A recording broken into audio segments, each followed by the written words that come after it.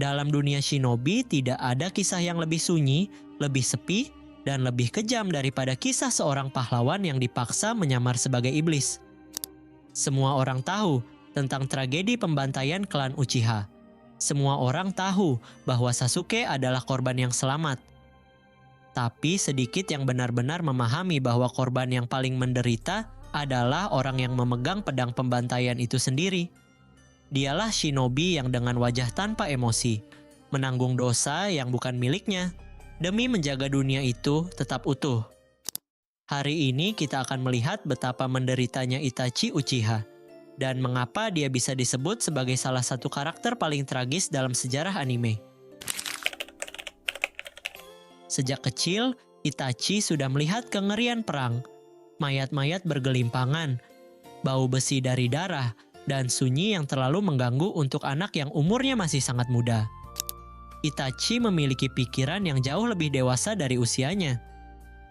Itachi bukan dianugerahi kedewasaan, dia dipaksa menjadi dewasa.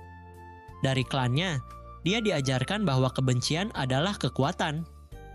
Dari Konoha dia diajarkan bahwa negara bisa melakukan apa yang klan tidak mampu kerjakan. Dua ajaran yang saling bertentangan ini membentuk sebuah keresahan yang menjerat hatinya. Apa itu kedamaian? Siapa yang benar? Siapa yang salah? Dan di tengah semua kebingungan itu, dia hanya melihat satu cahaya. Sasuke adalah salah satu tempat Itachi bisa merasakan hangatnya sebuah keluarga. Anak kecil polos yang belum diracuni ambisi, politik, dan kebencian klan.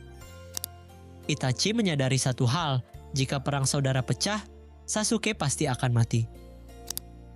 Itachi diberi dua pilihan yang tak manusiawi, melawan negara tempat dia dibesarkan, atau menghancurkan klan tempat dia dilahirkan. Keputusan Itachi bukan hanya berat, itu menyakiti dirinya lebih dari siapapun. Itachi akhirnya memilih jalan yang paling menyakitkan, membunuh semua anggota klan Uchiha, termasuk ayah dan ibunya sendiri. Itachi tidak hanya membunuh mereka, dia menyimpan rasa bersalah itu seumur hidupnya, dan tidak ada satu orang pun yang tahu. Dan setelah itu, dia masih harus memainkan peran sebagai pengkhianat, pembantai, monster, dan penjahat kelas S. Dibenci dunia, padahal seluruh tindakannya dilakukan untuk menyelamatkan dunia itu. Banyak fans yang lupa, Itachi masuk Akatsuki bukan karena dia kriminal. Dia adalah mata-mata Konoha. Untuk tetap hidup di antara monster-monster seperti Kisame, Deidara, Pain, dan Obito, Itachi harus selalu mengaktifkan Sharingan. Penggunaan berlebihan inilah yang dipercaya menjadi penyebab penyakit mematikannya. Namun dia tetap harus menjalankan misinya sendiri, tanpa pernah berharap dipuji. Pertarungan epik Itachi melawan Sasuke bukanlah duel sengit seperti yang dilihat penonton. Itachi sudah sekarat, batuk darah, dan menahan sakit luar biasa. Dia tidak berniat membunuh Sasuke. Dia hanya ingin mengakhiri hidupnya di tangan orang yang ia sayangi. Dan sebelum ia jatuh, dia memberi Sasuke senyuman lembut sambil menepukkan jari ke dahinya. Gesture yang sama seperti semasa merawat Sasuke waktu kecil. Bahkan setelah mati, ia masih terus menolong. Ketika dihidupkan kembali melalui Edo Tensei, Itachi tidak melarikan diri atau bersembunyi. Dia memilih untuk menghentikan Perang Dunia Ninja keempat. Dia mematahkan Edo Tensei Kabuto sendiri.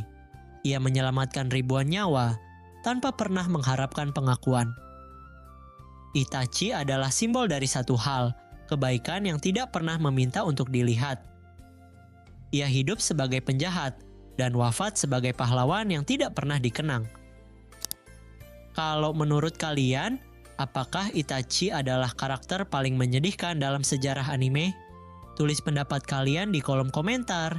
Jangan lupa like, share, dan subscribe agar channel ini semakin berkembang. Sampai jumpa di video berikutnya.